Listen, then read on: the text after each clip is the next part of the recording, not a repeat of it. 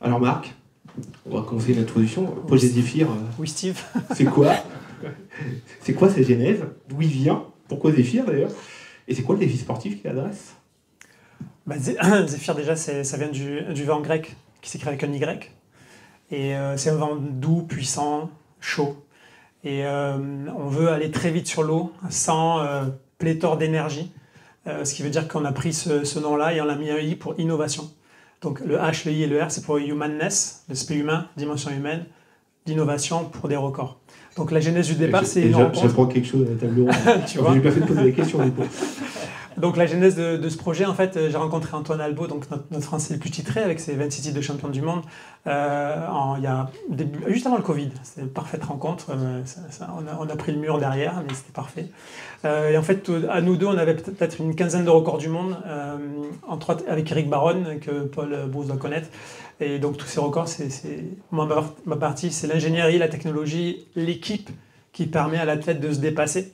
Donc c'est toute cette relation entre la science et l'athlète. Donc historiquement, c'était battre des records avec Antoine, qui est une bête de compétition, 30 ans de domination du circuit mondial. Et on est parti comme ça, de la feuille blanche, disant tu connais qui dans le monde qui soit très bon? Moi je connais lui, on est parti comme ça et on a fédéré une équipe. Donc au départ, l'objectif, c'était qu'un homme batte le record d'un bateau qui est à 121 km/h, à la force humaine, en allant comprendre ce que fait la nature, pourquoi un poisson glisse jusqu'à 110-120 km/h, pourquoi un oiseau est capable d'aller à 350 km/h, et nous, pauvres humains, on a des bouts de carbone dans tous les sens et on n'avance pas en fait. Donc c'est ça la genèse du projet, battre des records. Waouh, qu'est-ce qu'on peut dire après ça?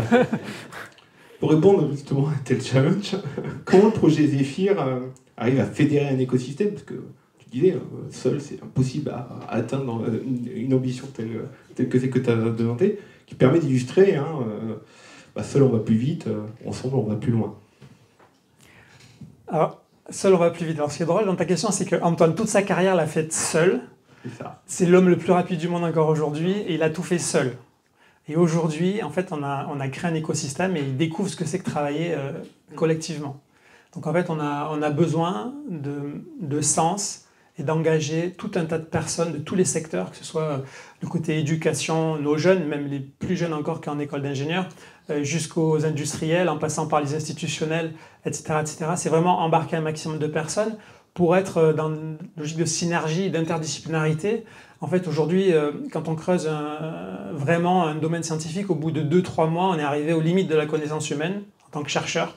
Et aujourd'hui, dépasser ça, ça passe par d'autres savoir-faire qui permettent de créer des passerelles. Donc dans cet écosystème, il y a plein de monde. Il y a le monde du sport, donc avec toutes les valeurs qu'on connaît, l'engagement, la foi dans ce qu'on fait, la passion, toutes ces dimensions de valeurs humaines fortes autour d'un projet. Et puis après, il y a la côté science. En tant que scientifique, la science a beaucoup de certitudes, mais il y a beaucoup de zones en fait inconnues où ça permet d'aller plonger là-dedans et de se remettre en question avec beaucoup d'humilité. La science apporte beaucoup. Et pour ça, en fait, on peut, nous, aller adresser des industriels, parce qu'on va les challenger. Donc, on a un projet sportif qui challenge les industriels, comme le fait Paul avec l'équipe de France. Mais on va pousser dans une zone en fait, où l'industriel ne sait pas faire. C'est l'inconnu. On a un peu brainstormé sur pas mal de sujets, puisqu'on a l'honneur de lancer une collaboration vraiment pleine de sens. Mais en fait, on va dans des zones inconnues et les grands industriels sont challengés. Aujourd'hui, il y a peut-être 6-8 groupes du CAC 40 qui sont en train de s'impliquer dedans. Donc, c'est énorme en termes d'enjeux parce qu'il y a un enjeu qui est, technologique. Donc, pour vous, on aime le challenge, le défi technologique. La deuxième dimension, c'est le fait d'aller dans une zone inconnue et de trouver des solutions pour le futur, en fait, qui vont amener des réponses, que ce soit dans la santé, que ce soit dans l'énergie, etc. Et puis, c'est aussi embarquer des talents. Parce qu'aujourd'hui, on a un problème de faire comprendre un ingénieur, aujourd'hui, il est exigeant, il veut que ça ait du sens ce qu'il fait, moi le premier d'ailleurs. Donc il y a ce côté-là qui est important pour vous, industriels. Donc c'est tout cet écosystème-là qu'on arrive à rassembler autour de Zéphyr. Alors au-delà des défis sportifs, scientifiques et industriels que tu pourrais citer, adressés par Zéphyr, quels sont les autres enjeux soulevés par le projet, en plus d'aller battre ce record du monde? Alors, en fait, au début, on a voulu battre des records. Comme avoir des médailles, c'était le premier objectif, battre des records. Et puis on a creusé avec des scientifiques, avec la connaissance, et on s'est rendu compte qu'aujourd'hui, on vit dans un monde complètement paradoxal. Il faut savoir que 1 kilo de foil, qui fait essentiellement avec du carbone, a un équivalent énergétique de 2 mois de consommation d'un foyer français. 2 mois de consommation énergétique d'un foyer. Sauf que dans un IMOCA qui fait la route du Rhum, par exemple, ou la Transat qui vient de se faire, c'est 600 kilos pour 2 foils. 600 fois 2 mois pour 2 foils sur un bateau. Il y en a 100, 120. À peu près, ouais. Nous, en tant que monde de la glisse, on remplit nos garages avec des foils, des planches, des mâts, des wishbones dans tous les sens. Et notre coût énergétique est absolument catastrophique. Notre empreinte environnementale est catastrophique. Et quand on a commencé à creuser, on s'est dit en fait, aujourd'hui, il y a un grand changement. C'est qu'il y a des verrous technologiques qui ont sauté depuis pas très longtemps. Un, on a une puissance de calcul phénoménale qu'on n'avait pas avant. On sait modéliser des structures qui sont dans la nature. Par du biomimétisme, on est capable d'aller comprendre des structures extrêmement complexes qu'on sait modéliser.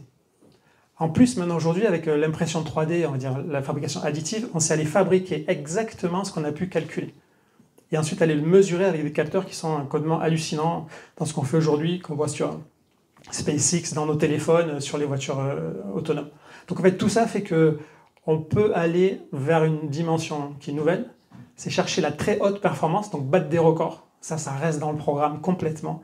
Glisser sur l'eau sans énergie, mais avec une très faible empreinte environnementale, parce que notre planète a des limites.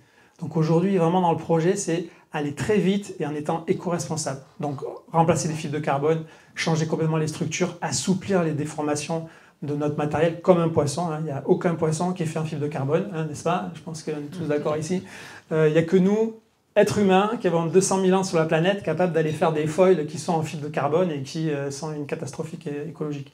Donc voilà, l'esprit, c'est montrer qu'on peut faire de la performance. C'est un démonstrateur, en fait, Zephyr, c'est de la très haute performance, avec cette capacité d'être responsable.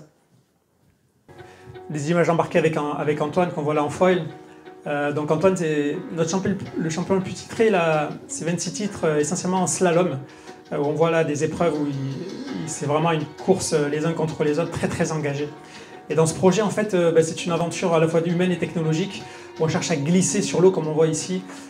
Et ce matériel est vraiment un laboratoire expérimental. Donc on est allé en soufflerie, une soufflerie que Paul connaît très bien, à l'IAT-CNAM. Et donc dans cet environnement-là, on a cherché à mesurer, vraiment comprendre ce qui se passe avec le matériel existant, tel qu'on voit ici, que ce soit avec un aileron comme là, ou avec un foil. Cette équipe en fait engage beaucoup de dimensions numériques, technologiques, le digital est omniprésent. Et puis la compréhension des fluides, comme ici en soufflerie, on vient comprendre ce qui se passe autour de l'athlète, mais aussi autour du matériel. Donc avec de la visualisation, du calcul, des simulations de vol, mais aussi des solutions comme ici, le motion capture qui vient du cinéma, des gens qui font les mignons, moi moche et méchant, et qui sont venus en fait nous retrouver, et on a eu du temps réel, où on voit la déformation de la voile et ce que fait Antoine. Cette navigation, en fait, ce travail de fond nous permet d'aller chercher et adresser l'éolien, l'énergie marine et aussi l'écomobilité pour essayer de glisser avec un minimum d'énergie. Dans le projet, en fait, on a peu parlé, mais les jeunes sont très présents, en particulier dans l'équipe avec Pierre Schmitz, qu'on voit là, qui est un jeune espoir français, qui a 17 ans aujourd'hui, il s'entraîne au Pôle France. Et voilà, c'est un jeune espoir français pour les futurs JO. Au niveau médiatique, on est bien suivi. On a à peu près 200 millions de personnes qui ont été touchées par Zephyr depuis 3 ans autour du projet, avec différentes dimensions d'essais en mer, de tests, de battre des records à travers toute cette expérience et ces partenariats croisés, tous azimuts. Voilà, merci beaucoup Steve pour l'invitation. Merci à tous. Ouais. Et merci à vous. Merci à tous.